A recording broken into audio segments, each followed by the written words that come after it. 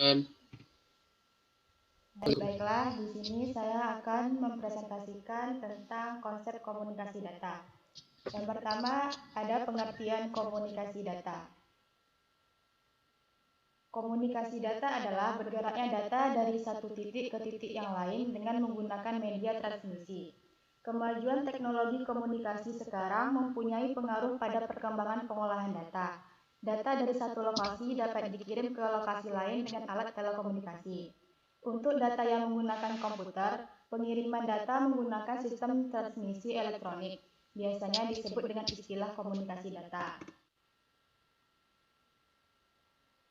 Yang kedua, ada tujuan komunikasi. Yang pertama, memungkinkan pengiriman data dalam jumlah besar efisien tanpa kesalahan dan ekonomis dari satu tempat ke tempat yang lain.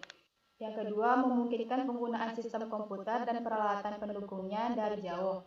Yang ketiga, memungkinkan penggunaan sistem komputer secara terpusat maupun secara tersebar sehingga mendukung manajemen dalam hal kontrol, baik sentralisasi maupun desentralisasi. Yang keempat, memungkinkan kemungkinan pengelolaan dan pengaturan data yang ada dalam berbagai macam sistem komputer. Yang kelima, mengurangi waktu untuk pengolahan data. Yang keenam, mendapat data langsung dari sumbernya. Yang ketujuh, mempercepat penyebaran informasi. Selanjutnya ada komponen komunikasi data. Yang pertama ada pesan, message.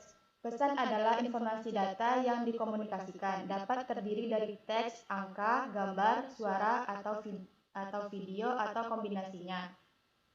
Yang kedua ada pengirim, sender. Pengirim adalah perangkat yang mengirim pesan data, dapat berupa komputer, workstation, telepon, kamera video, dan sebagainya. Yang ketiga penerima, receiver. Penerima adalah perangkat yang menerima pesan, dapat berupa komputer, workstation, telepon, televisi, dan sebagainya. Yang keempat, media atau medium. Media transmisi adalah jalur fisik yang dilewati pesan dari pengirim ke penerima. Dapat berupa kabel twisted pair, kabel koaksial, kabel fiber optik, laser, atau gelombang radio, gelombang terestrial atau satelit.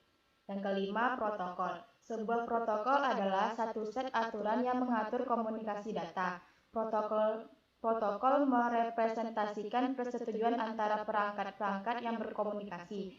Tanpa protokol, dua perangkat mungkin terhubung tetapi tidak berkomunikasi, seperti orang Indonesia yang tidak mengerti orang berbicara dengan bahasa Jepang.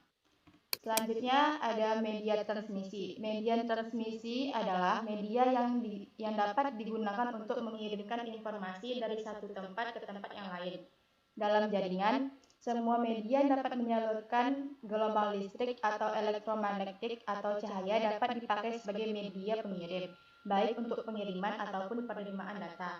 Pilihan media transmisi pengirim untuk komunikasi data tergantung pada beberapa faktor, seperti harga, performance, jaringan yang dikehendaki, serta ada tidaknya media tersebut. Selanjutnya ada model komunikasi data. Model komunikasi data itu ada dua, yaitu yang pertama komunikasi satu arah, one way communication, yaitu simplex.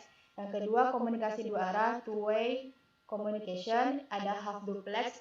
Half duplex itu komunikasi dua arah secara bergantian. Yang kedua ada full duplex, yaitu komunikasi dua arah secara serentak. Ini contoh gambar komunikasi datanya.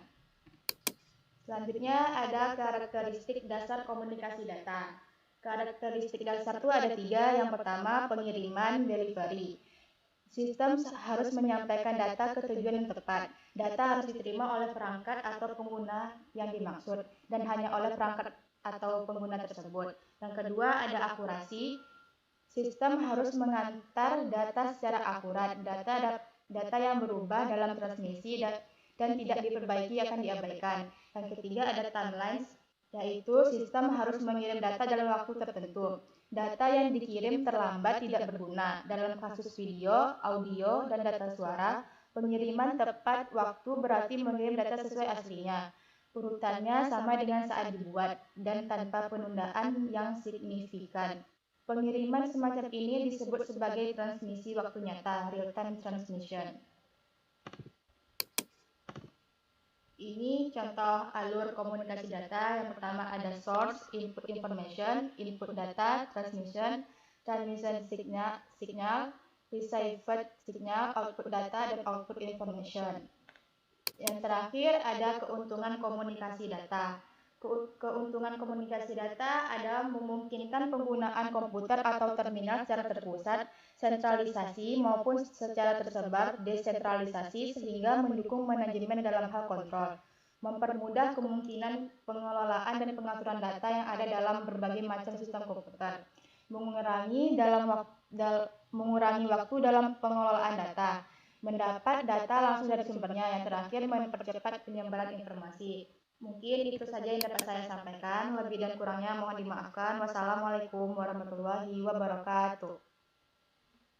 Waalaikumsalam warahmatullahi wabarakatuh.